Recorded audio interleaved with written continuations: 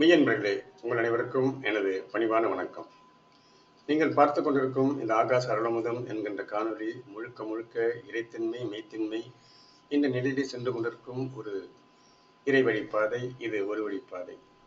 இங்கு கற்பனை, பொழுதுபோக்கு, உணர்ச்சிகளை தூண்டக்கூடியது எதுவும் இடம்பெறாது. இங்கு வழங்கப்படும் தரவுகள் அனைத்துமே உண்மைத்தன்மை ஆராயப்பட்டு நன்கு வடிகட்டப்பட்டு அந்த நிலையிலே உங்களுக்கு வழங்கி கொண்டிருக்கப்படுகிறது. நண்பர்களே, நிகழ்ச்சிக்கு செல்லும் முன் ஒரு சிறிய வேண்டுகோள். இதுவரை சப்ஸ்கிரைப் செய்யவில்லை என்றால் சப்ஸ்கிரைப் செய்யும்படி உங்களை தாழ்மையோடு கேட்டுக்கொண்டு நிகழ்ச்சிக்கு செல்லுகிறேன். நண்பர்களே, நாம் இந்த புவியிலே பிரபஞ்ச அமைப்பிலே மறைபொருளாக இருந்து கொண்டிருக்கும் இறைவனால் அளிக்கப்பட்ட இந்த பூமியிலே நல்ல நிலையிலே நிலம், நீர், அதாவது நிலத்தில் இருக்கிறோம். நல்ல நீர் கிடைக்கிறது, நல்ல வெப்பம் கிடைக்கிறது, நல்ல காற்று கிடைக்கிறது. இதை கொண்டு இந்த உலகம் பிரபஞ்ச சக்தியால் இயங்கிக் கொண்டு பஞ்சபூத தத்துவங்களின் அடிப்படையிலே இயங்கிக் கொண்டிருக்கிறது என்பது உங்களுக்கு தெரியும். இந்த பிரபஞ்ச சக்தியிலே பஞ்சபூத தத்துவம் இருந்து ஆகாச நிலையில் இருக்கும் இறைவன் இங்கே பூமியிலே நமக்கு எண்ணற்ற வளங்களை அளித்து நம்மை நன்றாக வாழ வைக்கும் நிலையிலே இருந்து கொண்டிருக்கிறான். அவன் தன்னுடைய இருப்பு நிலையை காட்டாமல் இயக்க நிலை மூலமே தன்னுடைய இருப்பு நிலையை காட்டுகிறான், நான் இருக்கிறேன் என்று. எப்படி? நீராக, நெருப்பாக, காற்றாக, தாவரங்களாக, பல்லுயிர்களாக, கடலாக, மலையாக, இன்னும் எண்ணற்ற ஜீவன்களின் உடலிலும் நமது உடலிலும் வாழ்ந்து கொண்டிருக்கும் இறைவன் மறைபொருளாக இருந்து இயங்கிக் கொண்டிருக்கிறான். நாம் இப்படி ஆனந்தமாக அற்புதமாக வாழக்கூடிய நிலையிலே இறைவன் நிறைய ஏற்பாடுகளை செய்திருக்கிறார்.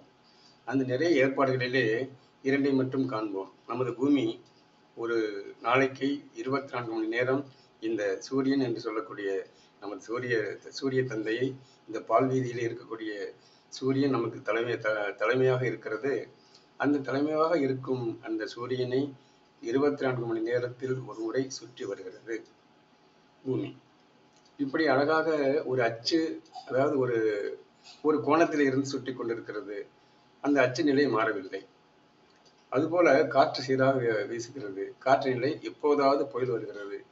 அதுபோல மழையும் வந்து கொண்டிருக்கிறது. அதுவும் அதிகமான நிலையில். கடல் அது இயங்கிக் கொண்டிருக்கிறது. அதுவும் ஒரு சீரான நிலையிலே.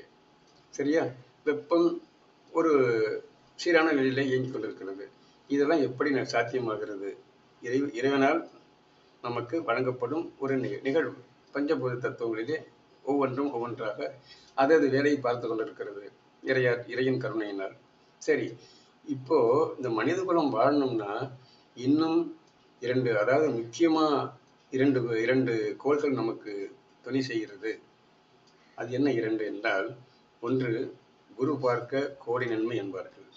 அந்த குரு என்று சொல்லக்கூடிய வியாழன் ஒரு முக்கியமான பங்கை வகித்துக் கொண்டிருக்கிறது. அது இறைவனின் ஏற்பாடு.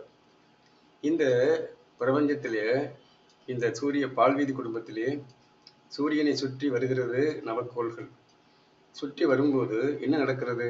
காந்த விசை மூலம் தள்ளும் விசையும் கொள்ளும் விசையும் கொண்டு இயங்கிக் கொண்டிருக்கிறது. இந்த தள்ளும் விசையும் கொள்ளும் விசையும், அதாவது ஈர்ப்பாற்றல், ஈர்ப்பாற்றலும் இருக்கிறது, விளக்கு மாற்றலும் இருக்கிறது. இந்த இரண்டு ஆற்றலும் இருக்கும்போது அதாவது அதை ஒன்றை ஒன்று தள்ளிக்கொண்டும் ஒன்றை ஒன்று மோதாமலும் அதன் பாதையிலேயே அழகாக நீள்வட்ட பாதையிலே சென்று கொண்டிருக்கிறது. அப்படி செல்லும்போது இந்த வியாழன் நமக்கு இந்த பூமி அழிந்து விடக்கூடாது என்பதற்காக இறை ஏற்பாட்டால் பெரிய ஏற்பாடு செய்யப்பட்டிருக்கிறது. வியாழன் கிரகம் முழுவதும் ஹைட்ரஜன் வாயுக்களால் நிரம்பப்பட்டது. அங்கே நமது பூமி போல தரைப்பரப்பு கிடையாது. முழுவதும் வாயுக்களால் நிரம்பி காணப்படுகிறது. அந்த வாயுக்களால் நிரம்பி காணப்படும் அந்த வியாழன் நிறைய காந்த விசையோடு இயங்கிக் கொண்டிருக்கிறது. அந்த காந்த விசையோடு இயங்கிக் கொண்டிருக்கும் அந்த வியாழன் நமக்கு என்ன செய்கிறது தெரியுமா? இந்த அதாவது இந்த வான்வெளியிலே நிறைய விண்கற்கள் சுற்றி கொண்டிருக்கிறது. இந்த விண்கற்கள் ஒவ்வொன்றும் கிட்டத்தட்ட 100 கிலோமீட்டர் சுற்றளவு கொண்டது. இந்த வேகமாக சுற்றி கொண்டிருக்கும் இந்த விண்கற்கள் பூமியை நோக்கி ஆயிரக்கணக்கில் வந்து கொண்டிருக்கிறது.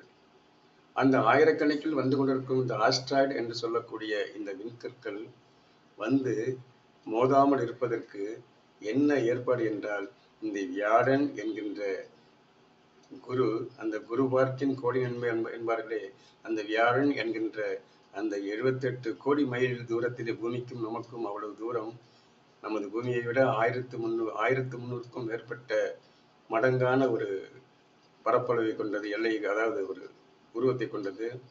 அவ்வளவு பெரிய கிரகம் நம்மை காத்து நிற்கிறது இறையருளால். இது இறைவனின் ஏற்பாடு. இதுதான் குரு பார்க்கின் கோடி நன்மை. சரியா? இந்த குரு, இந்த கல் என்ன செய்யுதுன்னு கேட்டீங்கன்னா, அது காந்த விசை அங்க இருக்கு, நிறைய காந்த விசை, அதாவது இந்த ஹைட்ரஜன் வந்து நிறைய காந்த விசையை ஏற்படுத்தி கொண்டிருக்கிறது. அந்த காந்த விசை மூலம் இந்த வரக்கூடிய கற்கள் இருக்கு இல்லையா, விண்கற்கள், அந்த விண்கற்களை பூமிக்கு வராமல் தடுத்து தன்னை அதை உள்வாங்கிக் கொள்கிறது. சரியா? எவ்வளவு பெரிய ஆற்றல் பாருங்க. ஆக வியாழனை வணங்குவோம். அந்த வியாழன் என்கின்ற குரு நமக்கு அந்த கருணை குள்ளம் கொண்ட இறைவனால் வடிவமைக்கப்பட்டு இந்த பூமி பாதுகாக்கப்படுகிறது அந்த விண்கற்கள் மூலம். இறையாற்றல் ஒவ்வொன்றும், இறையாற்றல் வந்து பார்த்தீங்கன்னா அற்புதத்தை வந்து நிகழ்த்தி கொண்டே இருக்கிறது. நாம் தான் அவனை கண்டுகொள்வதில்லை. அந்த இறைவன் எங்கும் வியாபித்து நீக்கமர நிறைந்திருக்கிறான். அந்த நீக்கமர நிறைந்திருக்கும் இறைவன் இந்த ஏற்பாடுதான், விண்கற்கள் இந்த பூமியை தாக்காமல் இருப்பதற்கு ஏற்பாடு செய்துள்ள அந்த காந்த ஈர்ப்பு விசை. இந்த காந்தம் இல்லைன்னா இந்த உடம்பு இல்லைங்க, இந்த பூமி இல்லை, என்ன இயக்கமே இல்லை. அந்த இயக்கம் ஒழுங்காக நடைபெற வேண்டும் என்றால் காந்த விசை மிக மிக அவசியம். இந்த காந்த விசை மூலமே இந்த விண்கற்கள் வியாழனில் உறிஞ்சப்பட்டு அங்கே நசுக்கப்படுகிறது, பூமியில் வராமல் தடுக்கப்படுகிறது. இது ஒரு ஏற்பாடா? இரண்டாவது வாங்க, நிலாவுக்கு வருவோம். நிலா என்ன செய்யுது? நமது பூமியை சுற்றி வருகிறது. 2,30,000 கோடி மைல் இருந்து உண்டு பூமியை சுற்றி வருகிறது. சரியா? அது ஒரு சிறிய கோள். எனவே இந்த பூமியை சுற்றி வரும்போது இது வந்து நம்ம பூமி வந்து ஒரு அச்சிலே சுழன்று கொண்டிருக்கிறது. ஒரு ஒரு பாகை, ஒரு கோணத்திலே அது சுழன்று கொண்டிருக்கிறது சுழற்சியாக. அந்த சுழற்சி ஒரே சீராக இயங்கிக் கொண்டிருக்கிறது இல்லையா? இந்த நிலாவும் சுழன்று கொண்டிருக்கிறது. அங்கும் தள்ளுமிசை கொல்லுமிசை ஏற்படுகிறது காந்த புலத்தால்.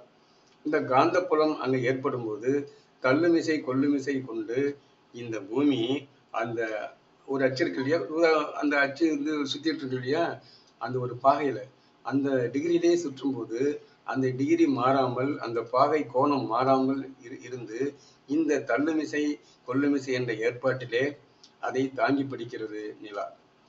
அதை தாங்கி பிடித்துக் கொண்டிருந்தால், எப்படி தாங்கி பிடிக்கிறது என்றால் தூக்கி கொண்டுள்ள அந்த தள்ளுமிசை கொல்லுமிசை மூலம் அந்த அச்சு சீராக இயங்குவதற்கு மிக உறுதுணையாக இருக்கிறது இந்த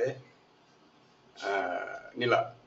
நமது பூமி உதாரணமா 24 மணி நேரத்துக்கு ஒரு மாதிரி சுத்துதுன்னா, இந்த நிலா மட்டும் இல்லைன்னு வச்சுங்களேன், இந்த பூமியின் சுற்று 5 மணி நேரம் அல்லது 6 மணி நேரம் ஆகிவிடும். நன்றாக கற்பனை செய்து பாருங்கள். நமது பூமி 24 ஹவர்ஸ் சுற்றுவது நல்ல இயக்கமா, அல்லது 5 மணி நேரம் 6 மணி நேரம் சுற்றுவது நல்ல இயக்கமா என்பதை விட்டு பாருங்கள்.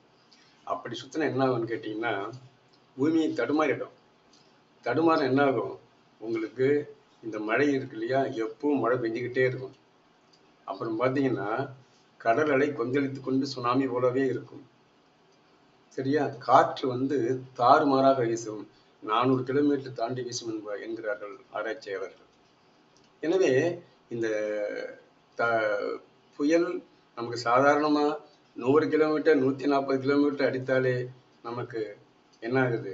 சுத்தமா மரம் எல்லாமே வீழ்ந்து விடுகிறது. நம்மை சுற்றி சுற்றி அடித்து நம்மளை சின்ன பின்னம் ஆக்கி விடுகிறது. இந்த 100லேருந்து 150 கிலோமீட்டருக்கு. இது 400 கிலோமீட்டர்னா நாமெல்லாம் இருக்கவே மாட்டோம். நாம் இருக்க மாட்டோம், தாவரம் இருக்காது, உயிர் வாழ தகுதியற்ற நிலையாகிவிடும் இந்த பூமி. எனவே நிலா நமக்கு ஒரு அற்புதமான ஆற்றலை செய்து கொண்டிருக்கிறது. எனவே இந்த நிலாவும் இந்த வியாழனும் 2 கிரகங்களும் எப்படி நம்மை, அதாவது இந்த காந்த விசை மூலம் காந்த ஈர்ப்பு மூலம் தள்ளமிசையும் கொள்ளமிசையும் கொண்டு அந்த காந்த புலத்தினாலே நம் அனைவரையும் கட்டுண்டு காத்து வருகிறது இறை ஏற்பாட்டினால். இந்த இறை ஏற்பாடு என்பது மனிதகுலம் வாழ்வதற்கு வகை செய்யப்பட்டிருக்கிறது. எனவே எங்கும் நிறைந்திருக்கும் இந்த பரம்பொருள், எங்கும் வியாபித்திருக்கும் இந்த பரம்பொருள் நம்மை காத்து மனிதகுலம் வாழ வேண்டும், இந்த மனித உயிர்கள் நீண்ட காலம் இருக்க வேண்டும், அது அழியக்கூடாது என்ற காரணத்திற்காகவே இந்த அற்புதமான ஏற்பாட்டை செய்திருக்கிறது இந்த இறைநிலை என்கின்ற ஆகாச நிலை. எனவே இந்த ஆகாச நிலையில் இருக்கும் இறைவனை நாம் வணங்குவோம். இந்த குரு வாக்கின் கோடு நன்மை என்பது எவ்வளவு நிதர்சனமான உண்மை என்பதை புரிந்து கொள்வோம். எனவே குரு என்று சொல்லக்கூடிய வியாழன் நமக்கு அற்புதமான ஒரு தடுப்பு சுவராக இருந்து நம்மை இந்த வெண்கற்கள் என்கின்ற கற்கள் பூமி மீது மோதாமல் இருந்து காத்து வருகிறது. அது போலவே நிலாவும் ஒரு ஈர்ப்பு விசையோடு நமது பூமியை சுற்றி கொண்டு நமது பூமியானது ஒரே அதாவது பாகையிலே சுற்றி கொண்டு சீராக சிறப்பாக இருந்து கொண்டு மழை புயல் இது அதிகமாக வராமல் நம்மை காத்து கொண்டிருக்கிறது.